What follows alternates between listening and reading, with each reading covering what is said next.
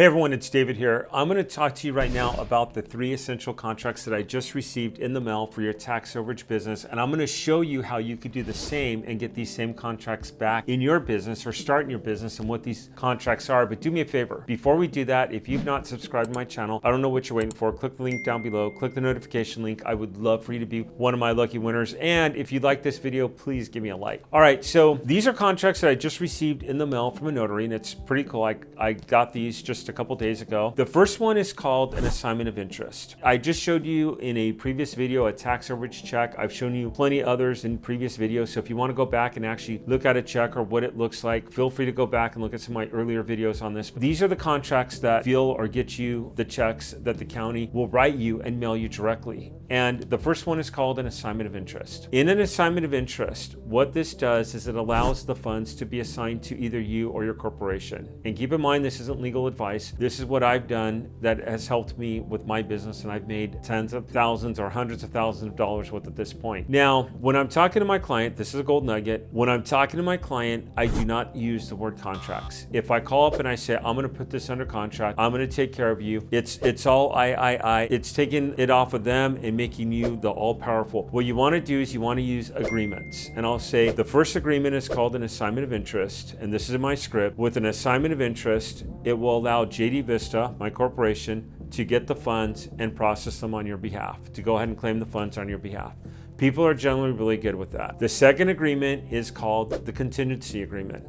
And the contingency agreement is an agreement between your percentage and their percentage. So let's say it's $10,000 of unclaimed funds, overages, and you come in with the contingency agreement of 30% that you're getting, they're getting 70%. That means you would get $3,000 and you cut them a check for $7,000. Now, if they come back and they say, hey, you promised me 80%, you're only giving me 70, you could say, well, here's a contingency agreement. So I file the assignment of interest with the county when I collect the funds. With the contingency agreement, I keep that for my records. I've never had one of these come back and bite me. People are generally pretty good. They're very happy when they're getting paid. They're very happy when they see that you're the real deal. They're very happy that they're getting money that they didn't know they had, or sometimes they just, for whatever reason, they're not collecting it and you're collecting it for them, and they love you for this. The last one, and I seldom use this, it's called a limited power of attorney. The limited power of attorney might be good because maybe you have to get a marriage certificate and it's filed at the county, or you have to get some documentation, additional documentation that's needed.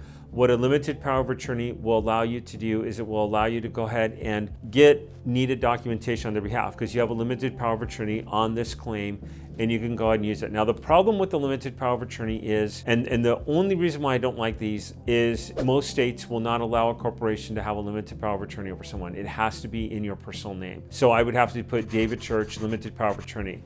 Now, if a county refuses, and very few counties do this, but a few counties will not do an assignment of interest on a check. They absolutely refuse. If that's the case, you can also file the limited power of attorney. You can order the check to be mailed to you. It's going to be in your client's name. Now, these are 2 golden nuggets here. There's 2 ways you can then cash the check. Number one is most banks will have it, and if not, you might want to consider changing banks. Most banks, you could walk in with a limited power of attorney that's notarized with a check, and you can endorse it because you have limited power of attorney, and you could cash that check into your bank. That's number one. The second way, and I'm going to talk very slow here because I know I do talk fast, is you can open up a bank account. Like you go to Bank of America and you open up a bank account in your name and your client's name. Your client then goes down to Bank of America and they do it what's called a signature card. They go down to their local branch. They say, hey, here's the account number. This was opened up. They go ahead and they confirm and they get on that account with you. Then you go down, you cash the check, you take out the funds that are yours, you leave their funds in there, you take your name off the account, and they can go down and just claim their funds, pick them up at the local Bank of America. That's also done with a limited power of attorney. So again, let's go ahead and recap because I've said a lot. There's 3 contracts. The first one's an assignment of interest. The funds get assigned to you or your corporation. The second one's a contingency agreement. This is the breakdown between you and your client. The third one's called a limited power of attorney. That will allow you to get needed documentation on their behalf that they will need. So in the script, "Hi, Mr. Smith, this is David Church. With your permission, I'm going to send you these 3 agreements if you can look these over."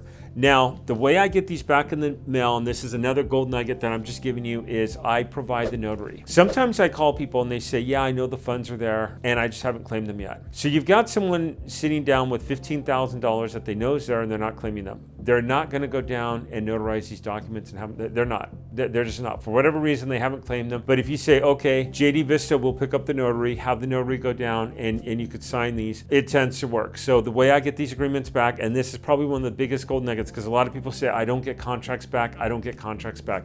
Offer to provide a notary. Notaries 24/7 is great. We use those.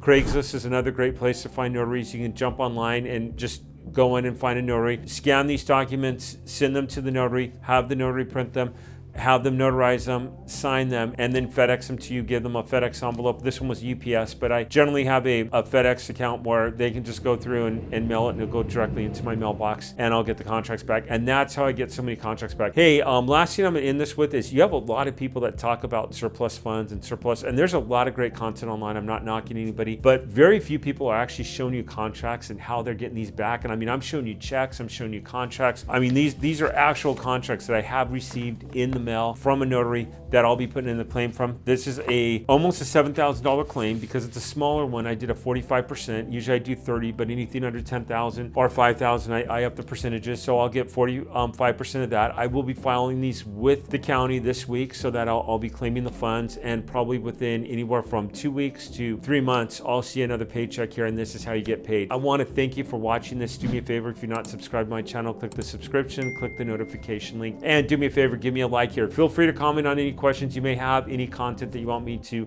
cover. I'll happily go over it.